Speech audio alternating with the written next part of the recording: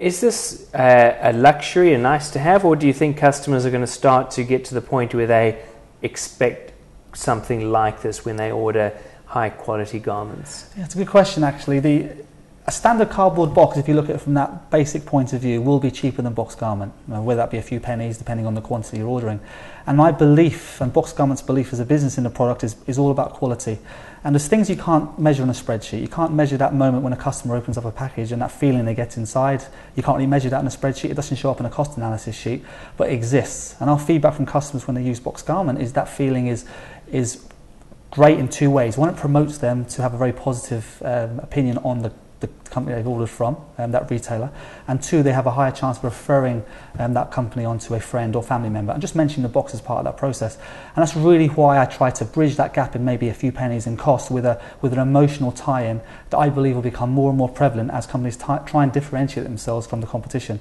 It's all about why the box should be deployed and not necessarily what it costs, and that's really a focus point that I'll be driving through in all my meetings and have done thus far.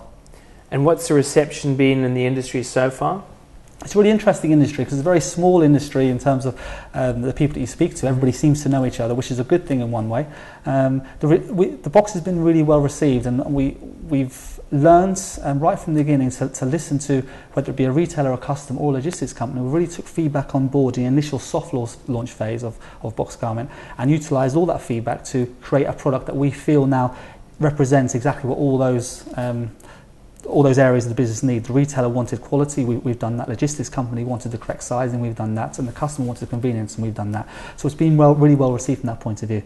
And I'm really hopeful, and I'm actually convinced now, I would say, that we're maybe a little bit a step ahead of the game in terms of the need for the box, in terms of we're creating a need now. But I believe as we move forward with online orders growing, the need will become obviously more and more prevalent, and that's where Box Garment will really kick in and hopefully take off.